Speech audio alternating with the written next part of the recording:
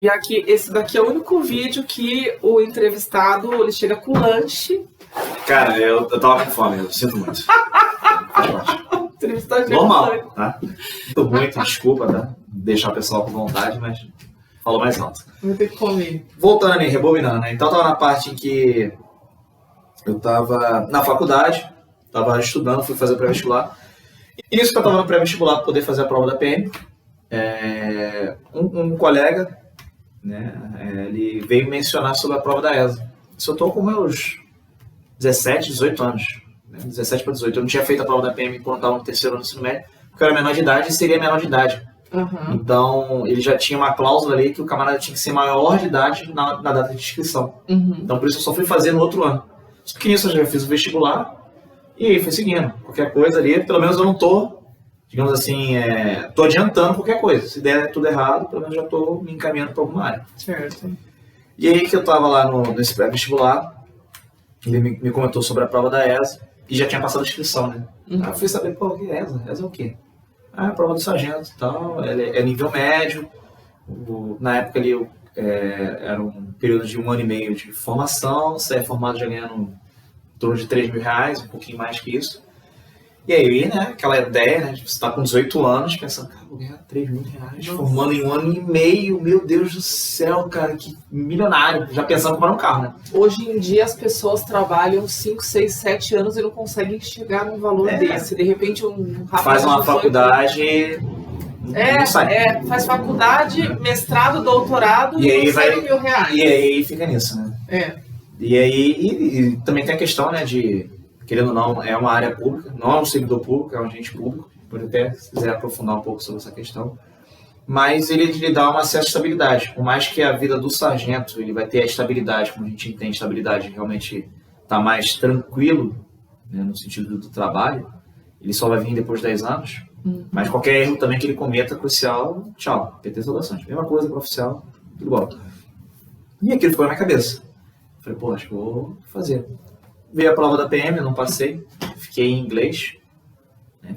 Fui muito mal em inglês, né? Na época você podia até escolher qual era a língua estrangeira, inglês e espanhol. Como eu nunca tive contato com o espanhol, né? Eu fui para o inglês, tive contato. Aí eu quase zerei a prova, eu não vou esquecer, né? Tirei 0,75. Tá? Então nenhuma questão eu peguei parte dela. Né? E aquilo ali foi uma porrada muito forte. Não, foi bem forte, até porque eu ficava naquela mentalidade, né, de fazer cursinho de inglês, então isso aqui vai ser uma prova, porra, tranquila. E a prova da PM ela estipulava o seguinte, tinha a turma que abria vagas, 350 vagas, e tinha a turma que abria 150 vagas naquela época. E naquele ano que eu fui fazer a turma que abriu justamente 150 vagas. Então, se eu tivesse tirado uns 5 bola, coisa simples, eu estaria dentro, porque a minha classificação não foi nem tão ruim, apesar de ter quase zerado em inglês, eu fiquei 300 alto, 370, uma coisa assim. Nem cheguei a 400 vagas. Então se eu tivesse ainda aquela vaga de 350, teria entrado, né? Tô contando isso porque o pessoal vai entender mais ou menos como é que a vida funciona, né? Às vezes a gente aprende com as quedas ou pode simplesmente se lamentar e ficar chorando. O que hoje em dia acontece demais, né? Eu vejo os jovens falando assim, nossa, na minha vida tudo dá errado, nossa, tudo dá errado, tudo. O cara tem 18 anos, velho. Cara, o que tu viveu, velho? Como é que deu tudo errado? E às vezes é bom de vez quando dá errado, não é? Não foi bom dar errado no começo pra sua vida? Né? E aí, isso aí que deu errado, né? Fazendo... Aí eu fui estudar em casa. Falei, pô, vou continuar na faculdade, vou seguindo aqui e vou estudar em casa. Aquela ideia brilhante, né? De que se eu comprar apostila e ficar sentado ali, e vida que segue, vai dar tudo certo. Afinal de contas, né? Durante o ensino médio, eu era o papa do conhecimento, por que agora vai ser diferente, né? E aí eu fui fazendo prova também da IA. Você era um nota alta no ensino médio? Não. Eu era muito bom na área de humanos, tanto é que eu dou aula de história aqui, mas a área de exatas era um pouco o meu calcanhar de Aquiles. Tá? Não era excepcional, mas também eu não ficava naquele desespero de, porra, vou ficar em recuperação. Não, isso eu realmente não passava. Só que eu comecei a cagar o pau, tá? Peço desculpa até ao termo, porque eu acho que isso é uma coisa que acontece com os alunos hoje em dia não, já tem um bom tempo, né? Pela educação brasileira, da forma como ela é feita. Cheguei a um momento, pensamento errado, diga-se passagem, né, que eu percebi que se eu não estudasse, eu passava de ano. Então o ensino médio era tipo assim, se eu não estudar, eu vou passar de ano. Se eu estudar, eu vou passar de ano. Então, como não tem um sistema classificatório nem nada demais, indiferente. Uma hora a conta chega e é pago, né? Obviamente. Deixa eu explicar uma coisa pra você. Adorei essa frase. Peço desculpa aqui, tá? Mas... Uma hora a conta chega. E aí você vai olhar pra trás e vai ficar com uma raiva. Mas com uma raiva que você passou 12, 13 anos da sua vida enrolando. E de repente você tem que decidir em 1 ano, 2 anos. Aqueles 12 anos você tem que resolver em 2 anos. Dá uma raiva. Até falando assim no sentido psicológico, né? Então pega aquele aluno, um aluno médio, um aluno convencional. Ele vai ser bom na matéria, vai ter dificuldade em outro. Normal. Então se ele raciocinar da mesma forma que eu raciocinei, o que é até comum de acontecer, ele passou o ensino fundamental dessa forma, passou o ensino médio dessa forma. Quando chega o 3º ano, que é o grande divisor de águas, né? Para ver quem vai ser quem, para ver o que se eu vou para a área militar, vou para a área do vestibular, sabe? Vou fazer alguma coisa, ou vou até para o exterior, mas eu tenho que aprender alguma coisa antes. Vai ser um grande baque da vida dele. E aí foi um grande baque, porque a conta chegou e eu fiquei em todas as provas que eu fiz estudando sozinho, principalmente na área de matemática e física. Na IA, eu nem cheguei próximo a acertar metade da prova, eu ia muito bem em português, mas não adiantava nada, né, porque eu estava indo pro barro lá em matemática e física. E aí eu fui correr atrás, então, do cursinho, né? E nisso, fui fazer a prova da ESA, fiquei por uma questão em matemática.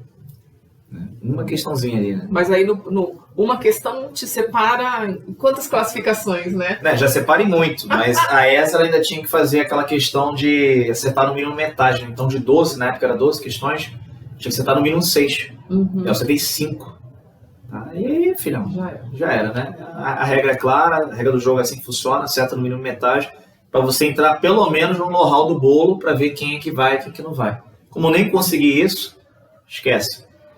E aí foi frustrante, né? Foi a segunda grande porrada que eu tomei em relação a concurso e era algo novo, né? Porque o vestibular eu até passava com uma certa facilidade, até porque o SISU ele permite isso. Se não der certo nisso, eu jogo para outra coisa e tudo certo.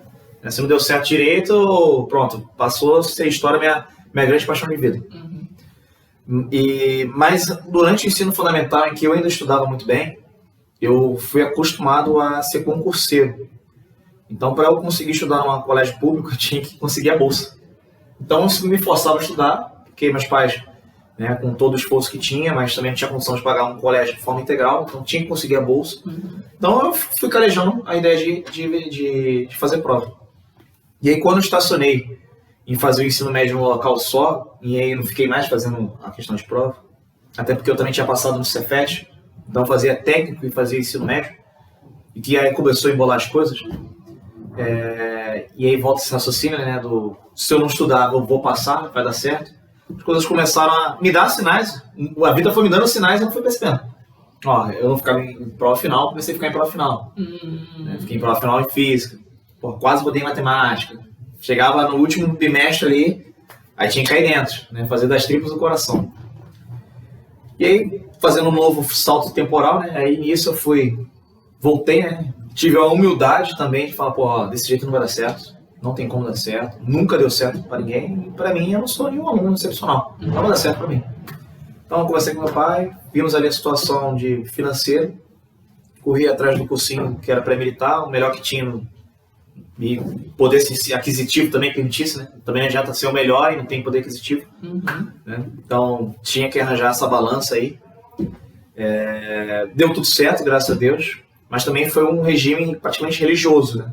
Então eu acordava 5h30 da manhã, 5 horas da manhã, então tomava café, tomava banho, ia para o cursinho, né? Então fazia minha caminhadinha de 15 minutinhos, pegava um ônibus, se eu atrasasse 5 minutos tava fudido.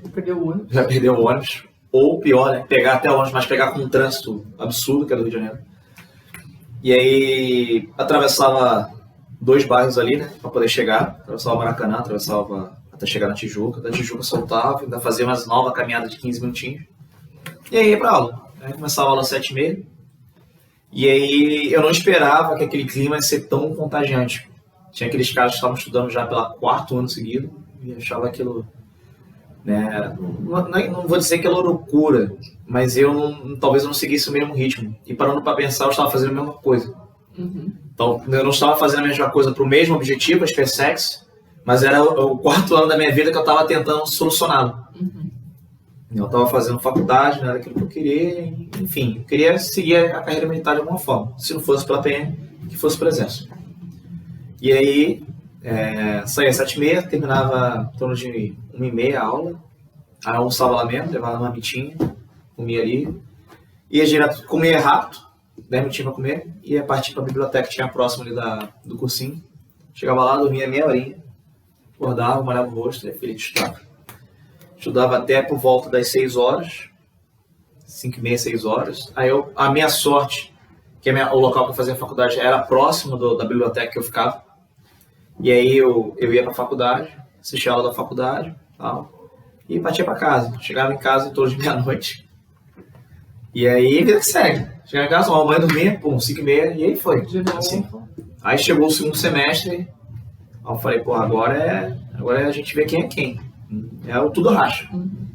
E eu tinha tomado bomba na prova da EA, né? A prova da EA ela fazia em torno de 3 provas ao longo do ano. Então fiz aquela prova em torno de abril, maio ali, eu tomei bomba nela. E ali eu falei, pô, não vai dar certo essa coisa de faculdade e estudo. Eu vou ter que abrir mão de alguma coisa. Ou estudo ou faculdade.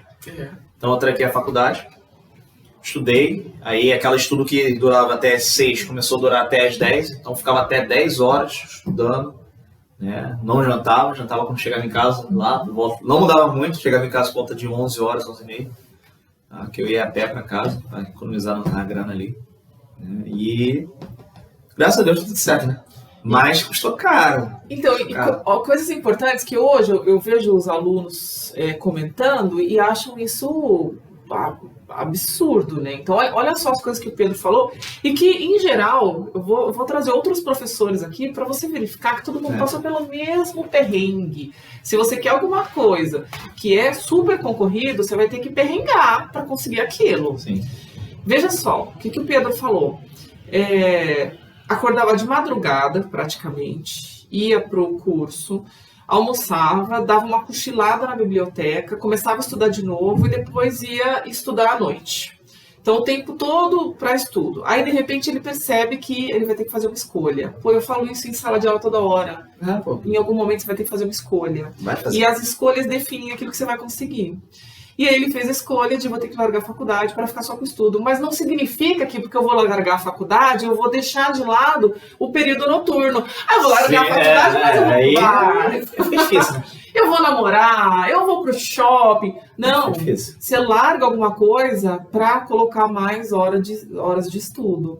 Então você percebe que não existe varinha mágica.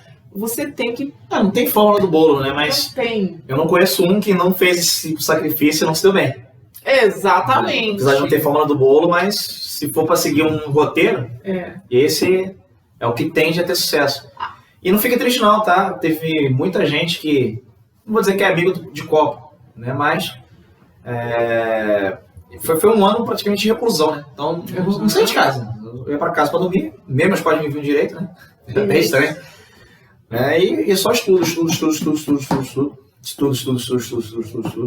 Então não tem mais saidinha final de semana, acabou o futebol, acabou a saca, a putaria, tudo aquilo acabou. Deixa de lado, já era, filhão. Até um conselho que eu dou para quem tem relacionamento, a pessoa que você está tendo relacionamento, ela já tem que entender que essa vida que você está tendo vai ser prolongada. Porque a partir do momento que você está entrando para a carreira militar, a sua carreira militar vai ser uma carreira de sacerdócio. Seja durante a escola, a formação escolar, seja ela ESA, EA, SpaceX, SAMAN, enfim, seja o que for. Porque depois da carreira militar, depois de formado, não vai mudar muita coisa não. Então, beleza, parei de estudar depois de formado, mas eu trabalho em prol do exército. Então, se me ligarem agora, filhão, tem que fazer a operação em tal lugar, é isso, pronto, acabou. A gente para a gravação aqui e ele vai ter que sair. Vamos levar a pizza.